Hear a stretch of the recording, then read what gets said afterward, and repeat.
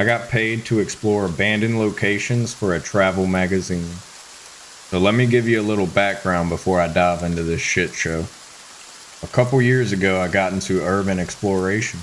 A few buddies and I would explore the Twin Cities area for anything and everything abandoned. The sketchier, the better. Gray Cloud Island, old breweries, rundown factories, drain tunnels beneath cities, and old farmhouses.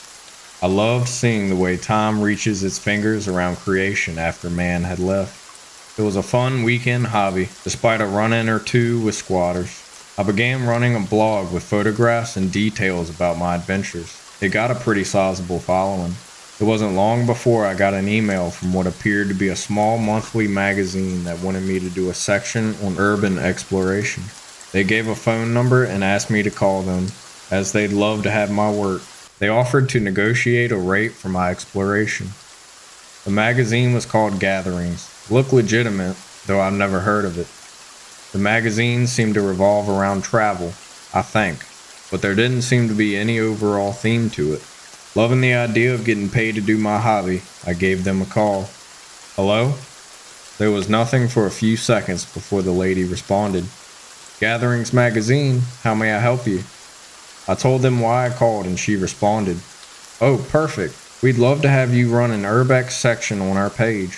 All you'd have to do is find 1 or 2 spots a month. With that, we'd want lots of photos of the spot itself and the surrounding area, details on the place, and either an address or a location of the spot.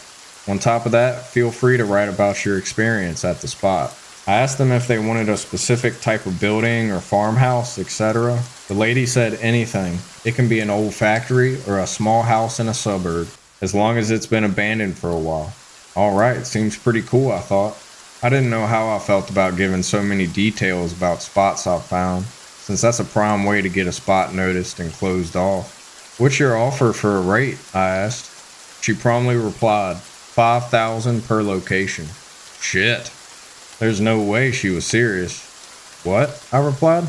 Send us the location and you'll receive your payment in the mail for each location. Fuck it, I thought. I'm in. Wonderful. Whenever you're ready, just send in your first spot and you'll be getting paid. She hung up immediately afterwards. Well, find a spot, get the details, photos, send it in. The next weekend, I went to a small farmhouse I had found before, but never blogged about it. It was about a mile down a dirt road. I'm not going to give any details here, but it was somewhere several miles north of White Bear Lake. Got the photos, exact location, and some descriptions. I sent it by email and received no reply. I was kind of disappointed, figuring I probably fell for some kind of scam. However, a few days later, I went to get my mail and found an envelope with the Gatherings logo on it. I opened it, and there it was, $5,000 in cash. I'm pretty sure I pooped a little when I saw that cash. A small note inside read, "Thank you for your first submission. We were grateful to receive it. This gift is the first of many in our partnership. With regards, Gathering Magazine." I immediately planned my next trip. I was going to hit some tunnels under Minneapolis that I blogged about before. However, more extensively. I did the same thing and sent it in. A few days later in the mail, I received an envelope with my cash. There was another note, though, which read, "Thank you for your submission. However, we would like to clarify that you are under no circumstances to submit to us any locations which you have previously made public. We apologize for not clarifying this. With regards, Gathering Magazine."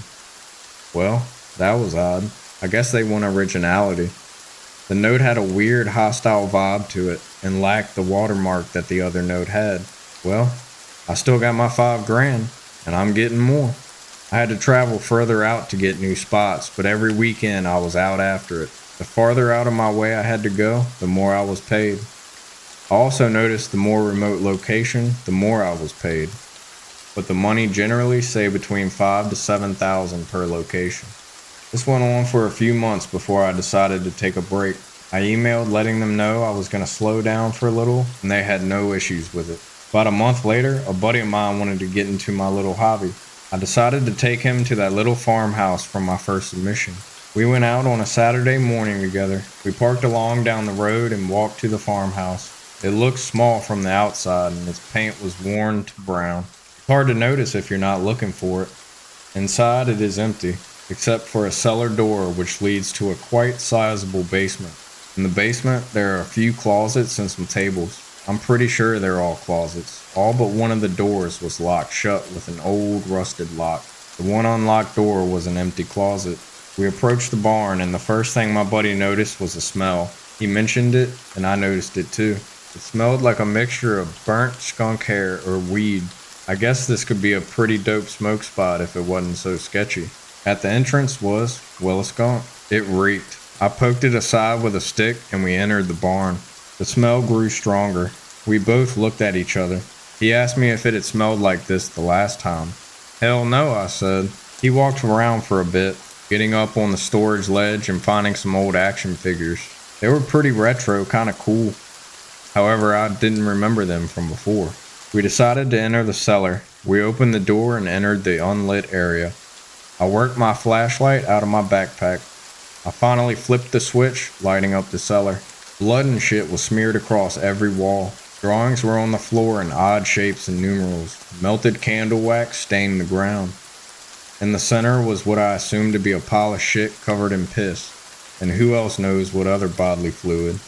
The smell punched me in the face and stung my nostrils. It was putrid and sour.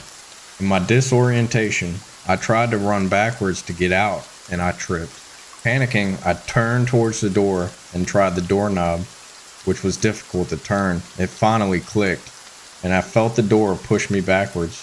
I fell on my ass as I watched, which had to be 4 or 5 bodies from what was confirmed to be another closet. I just stared for what felt like a minute. I remember they were all adult bodies, but for one, clearly a child. There was one who fell forward almost on me. His chest was opened up, cut down to just above his pelvis. It almost looked surgical, in contrast to the blood and shit smeared walls. I gathered myself and noticed my buddy was already out of the room. I got the fuck out and saw him outside. I just sort of looked at him and said, "What the fuck?" We really didn't talk the rest of the day. I don't know if he thought that I did that on purpose, but he was visibly shaken. I was too. I was hesitant to call the police, and what the hell are they gonna think about me? But before I could, there was a note in my mail. We respectfully ask that under no circumstances do you return to any locations you have submitted to us. We apologize for the inconvenience. The police have been noticed. I think I'm done submitting, and I think I'm going back to the second location I submitted. I don't think the spots I'm providing are just for a cool magazine section.